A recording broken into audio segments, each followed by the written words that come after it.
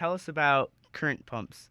Yeah, so Current Pumps was a project that started kind of as a side deal after a trip to Africa.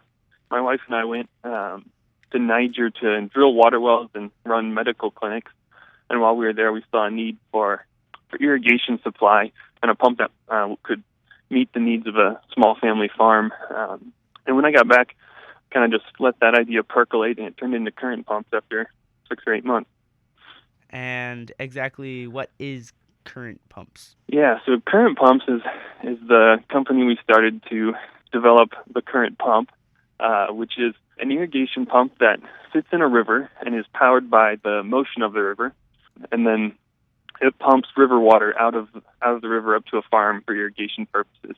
And the intent of the design is to make the pump so it's very rudimentary and manufacturable in a third world country where the local people can use local materials to build this pump and then use it for their irrigation needs without really any high-tech manufacturing skills, just kind of what you might do with hand tools. Exactly why is there a need for this pump? So there's a couple different technologies already serving this market. So in developing countries, a lot of farmers will get their irrigation either from carrying water by hand, using a donkey cart to move the water around, or if they're a little more financially blessed, they might be able to buy a gas-powered pump or a solar pump, something of that nature. But right in between the gas-powered and electric-powered pumps and the hand-powered or donkey-powered, and there's a gap there that's kind of needs to be filled. And there's a couple different technologies that could do that. Some are other human-powered devices, like a treadle pump, which would be a stairmaster that pumps water. But most of the technologies that fit in that space use some sort of human input. And what we were wanting to do is to find a technology that could fit in that sort of technology gap that doesn't require any human input, any ongoing fuel costs, and that was less expensive than the gas pump or solar-powered pump, so that it would be more attainable to those low-income farmers in developing countries. So let's talk about the actual design of the pump itself. Is this just like your normal water wheel type pump, or? Well, it's got aspects of a water wheel. If you see a picture of it, it definitely looks like a paddle wheel off maybe a stern wheeler boat from the Mississippi River or something. But it's made out of a 55-gallon drum, and it has pieces of PVC pipe cut in half long lengthwise attached to it as paddles. And so it floats in the river, and those paddles catch the river as it floats by and spins it. So it's pretty simple as far as the pumping mechanism goes. It's all parts you can find in a developing country. And I guess the way the pump actually pressurizes the water is it has a small coil of what might be like a sprinkler tubing here in the United States that picks up water as it rotates and compresses it on a similar principle to the Archimedes screw. And then that water goes through a swivel fitting and exits the pump, and then can be transferred to the fields or however they're going to irrigate their crops. How is this different from current alternatives that pumps maybe similar to this design are out right now? Yeah, so the real novelty of this is the fact that it's easily manufacturable in country, and then using those in-country materials gets an output from the pumping mechanism that's sufficient for a single-family farm. There's other versions of this spiral pumping technology that you can purchase here in the States, but they're quite expensive and they require a more advanced manufacturing skills to make them. There's also larger versions of spiral pumps that might provide enough water for 10 or 12 farms, but those are a lot more cost intensive and infrastructure intensive, and so they're just out of the reach of the single family, I guess you could call them a dollar a day or farmer, where they're really living on what would be equivalent to about a dollar a day US. When you were making this pump, what features, what aspects, what things did you have to keep in mind that you wouldn't have to on a normal project? Yeah, so the real big driver that has been the hardest to keep track of is the materials that you'd find available in country. The availability of some things like 55-gallon drums are pretty ubiquitous. They're used for shipping almost everything we consume in our economy, and so they're prolific in developing countries as well. But some of the other parts, like the swivel fittings, some of the bolts and what have you, the paddles and tubing for the pumping mechanism, being able to ensure that the materials that we chose were going to be available in country and available at a cost that makes this affordable for those very low-income subsistence farmers. That was really the most difficult aspect of this, was really narrowing in on the materials and costs that would make this affordable for those people.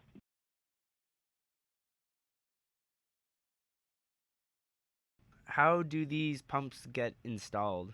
Do you do that, or do you have a team? Yeah, so we're on the front end of developing this whole program and this business and everything. And so the way this would work is that we would provide a few pumps that would be manufactured here in the United States, and we would bring those to the country where we hope to do these programs and implementation.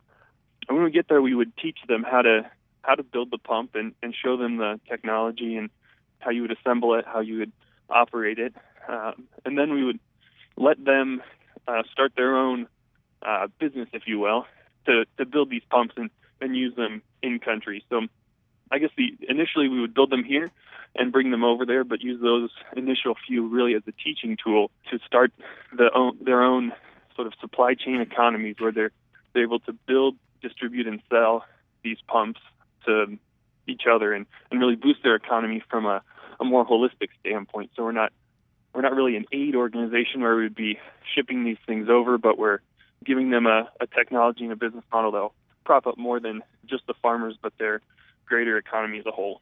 Have you encountered any difficulties in setting up these pumps, getting people to understand like how to do it? So we haven't started any of the businesses in other countries yet. We're running a pilot program now where we've identified the farm and the village that the initial 20 pumps will go to, and we're in contact with an organization in Niger, which is a country in Africa that we've got contacts with, and so we've made connections to start this process. And the initial reception of our technology and pump has been very exciting.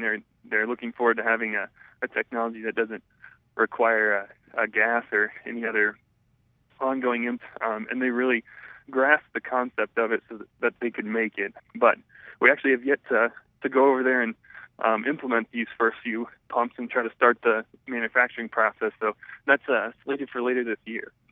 When current pumps goes over, do you think there's going to be a large language issue, or is English, that common? Yeah, so that'll definitely be on a country-by-country basis, depending on where we go. These first pumps will go to Niger, as I mentioned, and they predominantly speak French there. So for me personally, that will be a language barrier. But the people we're working with, one of them was trained in the United States, who runs the organization over there, and he speaks English really well. And a lot of the other connections we have are a lot more multilingual than we might be used to here in the States. So the language barrier is mitigated to some extent by the contacts that we have. But as we pick countries to go to, that will be one of the necessary drivers, I guess, is finding in-country organizations to partner with that will cross both the language and the cultural barriers that we might not have the knowledge or contacts to engage with properly on our own. Okay, so I know that Africa is pretty well known for having a dry season and a wet season. How well do these pumps handle the wet season? Constant rain, flooding? So in the countries that we've done research, and especially in Niger where we're taking these first few pumps, during the rainy season, these pumps wouldn't really be used all that often. The rainfall is adequate to irrigate the land on its own, and so they don't typically use other irrigation technologies during the rainy season. Now, as the rainy season winds down and the dry season starts, they shift the crops that they grow, and they kind of change their farming practices. And during the dry season is where this pump will really make a big impact and find its greatest use.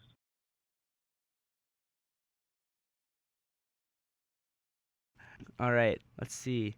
When you make these pumps and you've designed them with having access to these materials in mind, what design limitations were put on your team when coming up with a pump that can only be designed using common parts? Like, what could the pump do better if it had more specifically manufactured parts? Yeah, so here in the States, the way we engineer things is for optimization on a lot of different levels. We would be optimizing output, durability, longevity, weight savings, and definitely cost as well.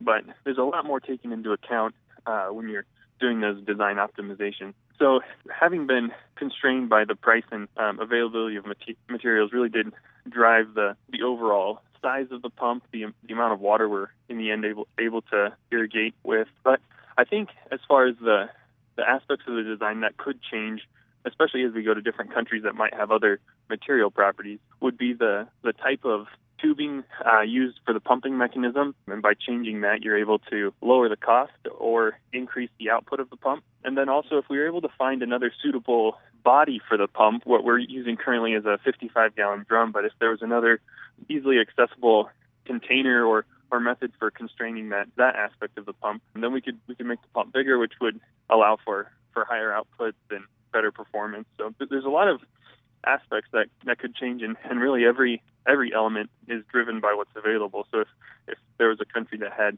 more readily available materials or even manufacturing skills, could adapt this design to meet those changing availabilities. How big does current pumps plan to get? It's a great question. We want to have a business model that's entirely scalable. And so as we start with Niger, we want to build a model that is very effective there.